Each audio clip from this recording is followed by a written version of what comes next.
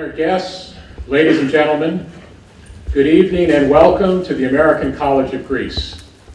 Tonight, both our audience here in the Pierce Theater and our global online audience of thousands watching live through our partnership with Kathimerini.gr will be privileged to hear the 18th Annual Kimon Friar Lecture.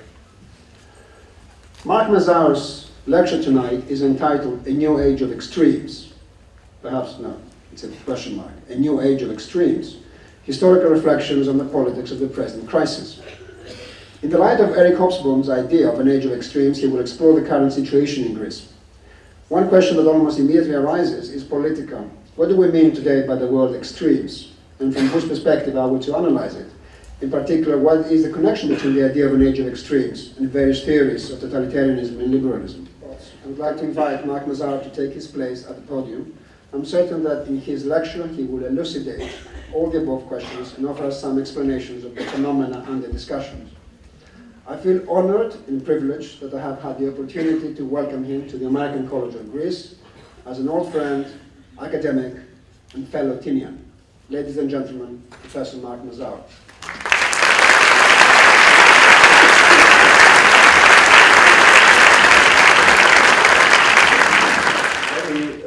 Thank Iris and the President and DEREE College for this invitation to give the 18th Annual Kimon Friar Lecture. It's an honour to have been invited to commemorate a great figure in the world of modern Greek studies.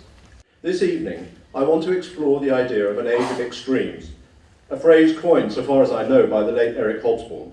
And so, you can't discuss the idea of an age of extremes unless you're also going to talk about the basic problem of the relationship between democracy and capitalism.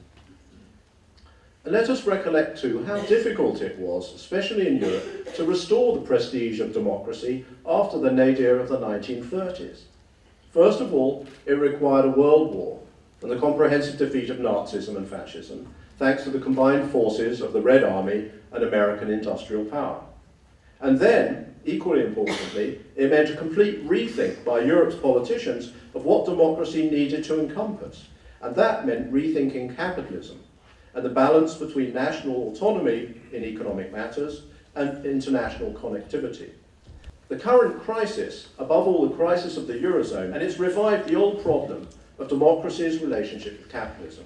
But I do think the issue of the crisis of parliamentary democracy and of political institutions in general is sufficiently serious in Greece today to warrant looking at the various kinds of positions that have been taken by both the extreme left and the extreme right on fundamental questions of political power. In Greece, that you see in an especially acute form what you see in many countries, the emergence under the pressure of this great crisis of capitalism of a new discourse of national independence that regards the existing political institutions not merely as culpable, but as basically rotten and yes, illegitimate. The biggest winner the first time Europe experienced a systemic crisis of parliamentary democracy was the radical right, and its striking success, sweeping much of the continent in the 30s, is one reason to take the present rise of the extreme right in Greece very seriously. I think we need to reflect on the sheer novelty of this situation, not least because too many politicians, especially in the government, still act as though Golden Dawn represents business as usual, rather than a real rupture with the democratic tradition, and the most serious threat to it since 1974.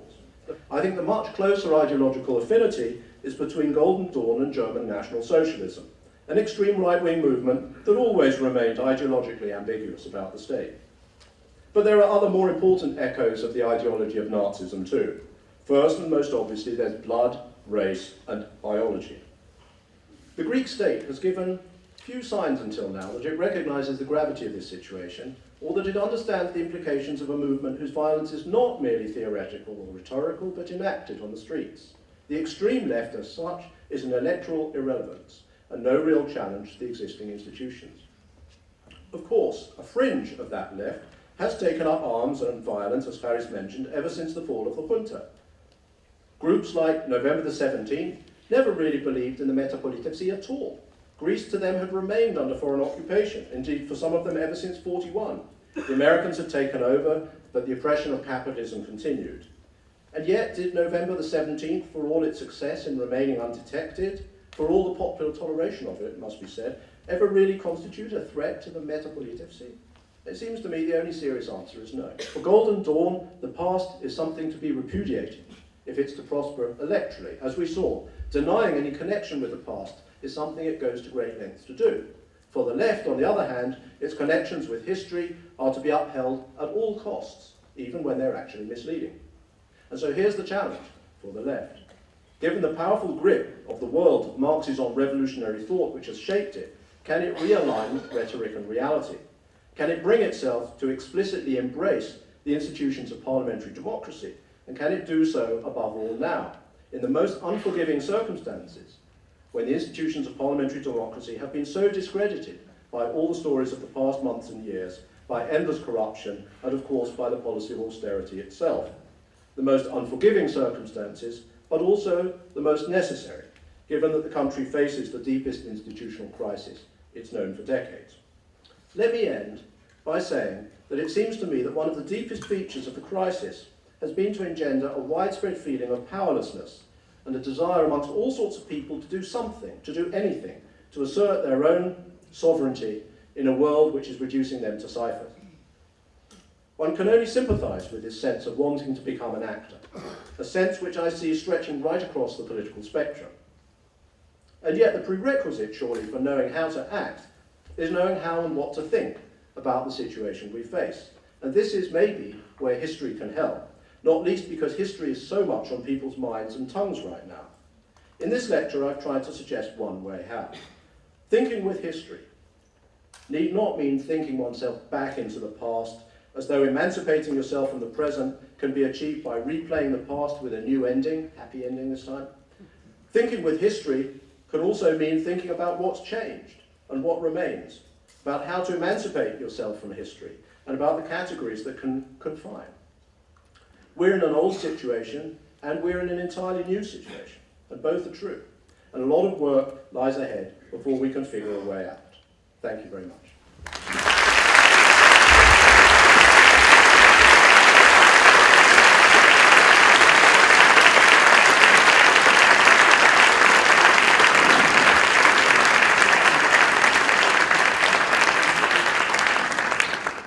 In my view, I think the greatest asset of democracy is the respect for the rule of law. We really say that the left we know today, be it Syriza or the PUKUE, has much respect for the rule of law in Greece. The term anomia, if I can use that as a surrogate for what you're talking about, yes, you're absolutely right, of course, but it's a very blunt instrument. In other words, there are two possible views here. One is a kind of zero toleration NYPD view of anomia. The slightest evidence of anomia and you're facing full-scale crisis of institutions, and therefore you must clamp down on any manifestation of anomia. That is not my view.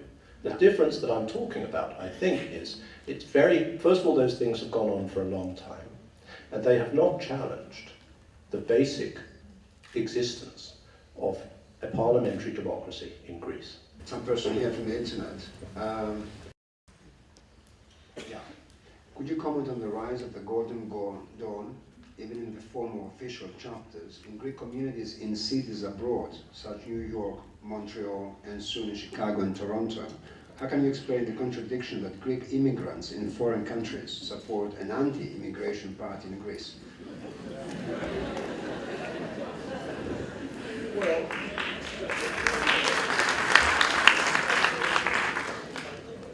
I think Golden Dawn has shown a great talent for publicity, but it remains to be seen how well these foreign chapters do and what people think of them. And I haven't looked into this very much, but what I've read has been, and I know this to be the case for New York, very significant protest against the idea that they should be setting themselves up. Very significant mobilization in the Greek community on all sides.